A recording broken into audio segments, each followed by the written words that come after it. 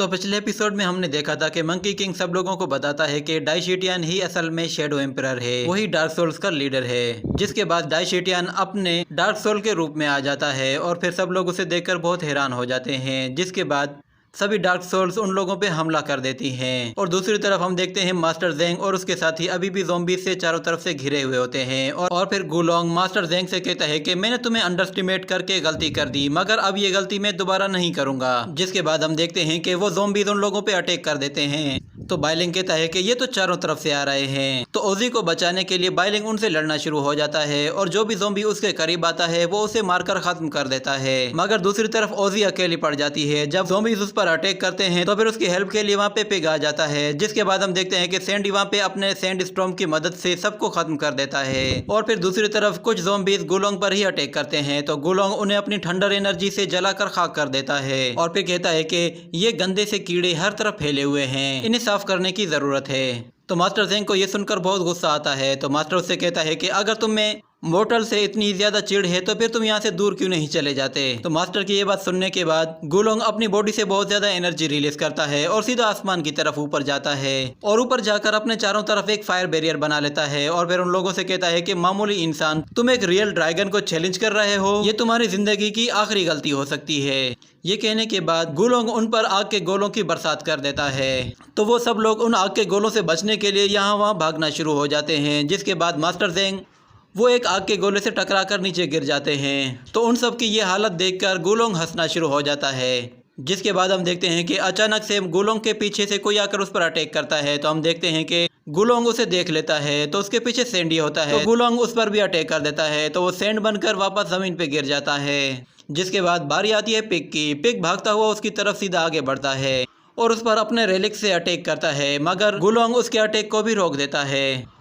और फिर अपने दूसरे हाथ से उस पर फायर एनर्जी का अटैक करता है, जिसे रोकने में बहुत ज़्यादा दिक्कत हो रही होती है। तो मास्टर ज़ेंग जब ये देखते हैं तो वो पिग से कहते हैं कि थोड़ी देर के लिए होल्ड करो और मास्टर ज़ेंग भागते हुए उसके बहुत करीब आ जाते हैं। तो मास्टर जैसे ही उस पर अटैक करने लगते हैं तो मास्टर के पीछे ओजू भी होता है। तो ओजू पहले उस पर फायर एनर्जी अटैक करता है, जिससे गुलोंग को कोई खास फर्क नहीं पड़ता, मगर वो उसे डिस्ट्रैक्ट करने के लिए था। और फिर मास्टर उस पर अपने थाउजेंड्स ऑफ पंच टेक्निक का इस्तेमाल करते हैं, जिससे उसे वो बहुत जोर जोर से मारते हैं। जिसके बाद वो एक फाइनल पंच के साथ उसे एक पहाड़ पर दे मारते हैं। तो गुलोंग को पिटता देखकर बाइलिंग और ओजी दोनों बहुत खुश हो रहे होते हैं। जिसके बाद ओजू भी दोबारा से ह्यूमन फॉर्म में आ जाता है और वो हंसना शुरू हो जाता है और वो कहता है कि मास्टर, क्या आपने उसे वाकई में हरा दिया? क्योंकि मैं अपनी पूरी ताकत इस्तेमाल कर चुका हूँ और अब मुझ में लड़ने की जरा भी ताकत नहीं है। जिसके बाद हम देखते हैं कि गुलोंग ओजू पर थंडर ड्रैगन का इस्तेमाल करता है और उसका एक हाथ जड़ से ही काट देता है, जिससे ओजू को बहुत ज्यादा तकलीफ होती है और वो जमीन पर तड़प रहा होता है। जिसके बाद हमें गुलोंग की आवाज सुनाई देती है। वो कहता है कि मुझे धोखा देने की यही सजा है। मैं एक बहुत ही पावरफुल ड्रैगन हूँ, मेरी बॉडी के चारों तरफ एक बहुत ही पावरफुल गार्ड है, तो तुम्हारे मामूली से अटैक से मुझे कोई भी फर्क नहीं पड़ेगा और मैं तुम लोगों को बहुत ही तड़पा तड़पा कर मारने वाला हूँ। स्पेशली मैं ओजू को मारूंगा, उसने मेरे साथ धोखा किया है, उसे मैं बहुत ज्यादा तड़पाऊंगा। जिसके बाद ये सीन यहीं पर कट हो जाता है। अगले सीन में हम दोबारा से हेवन में आ जाते हैं। तो डाइशिटियन मंकी किंग को देखकर कहता है कि ये तो इम्पॉसिबल है और फिर वो कुआन के बारे में कहता है कि मैंने इसे अंडरस्टिमेट कर दिया, ये तो मुझसे ज़्यादा चालाक निकला। जिसके बाद मंकी किंग उन लोगों से कहता है कि तुम्हारी डार्क सोल वो मेरा कुछ भी नहीं बिगाड़ सकती, मैं उनके हर वार का जवाब दे सकता हूँ। तो कुआन उससे कहता है कि अब ज़्यादा बातें करने की ज़रूरत नहीं है, तुमने बहुत ही अच्छा काम किया है। जिसके बाद हम लोग फ्लैशबैक में चले जाते हैं और हम देखते हैं कि कुआन अपने रूम में होता है और फिर वहाँ पे मंकी किंग की हंसने की आवाज़ आ रही होती है। जब कुआन उसे देखता है तो वो बहुत ज़्यादा गुस्सा हो जाता है और वो उस पर अटैक करने के लिए सीधा उसकी तरफ आगे बढ़ता है, मगर मंकी किंग डाइशिटियन की स्वॉर्ड उसकी तरफ फेंकता है। तो कुआन जब उस स्वॉर्ड को आते हुए देखता है तो वो पीछे हट जाता है। तो वो स्वॉर्ड सीधा जाके दीवार पे लगती है। तो उस स्वॉर्ड को देखकर कुआन समझ जाता है कि मंकी किंग सही कह रहा है। जिसके बाद हम दोबारा से फ्लैशबैक से बाहर आ जाते हैं और कुआन कहता है कि अब हेवन ब्लैक और वाइट में डिवाइड हो चुकी है। तो डाइशिटियन कहता है कि तो क्या हुआ?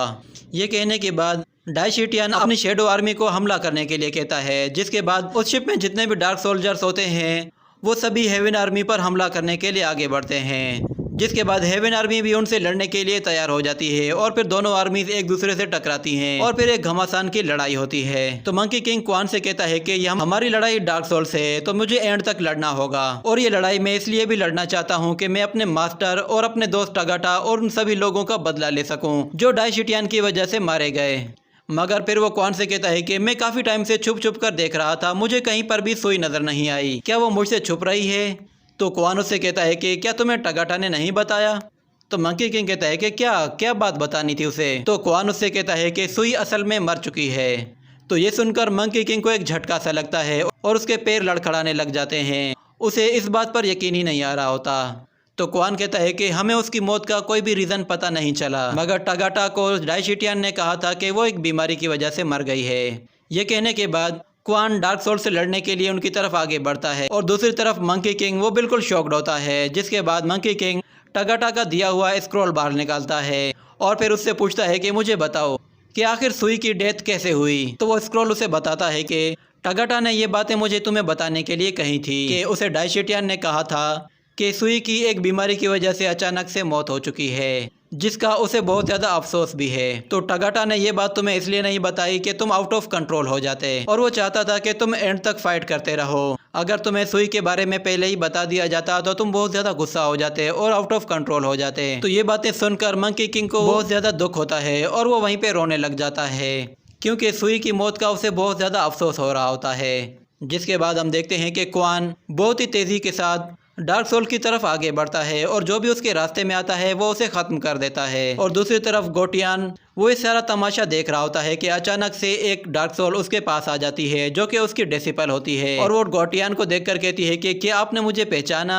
तो गोटियान उसे देखते ही कहता है कि तुम तो सुजाकू हो। तो डिसिपल अपने टीचर पे हमला कर देती है, मगर गोटियान अपने आप को बचाने के लिए उसे डॉज करता है और फिर वो दोनों लड़ना शुरू हो जाते हैं। तो सुजाकू गोटियान से कहती है कि तुम्हारी मौत मेरे ही हाथों लिखी है। ये कहने के बाद वो उस पर अपने असैसिनेशन फीदर का इस्तेमाल करती है, जो कि बहुत ही ज़्यादा पावरफुल अटैक होता है। और फिर अगले सीन में हम देखते हैं किंग गुआन को। किंग गुआन एक डार्क सोल से लड़ रहा होता है जो कि बहुत ही ज़्यादा पावरफुल होती है।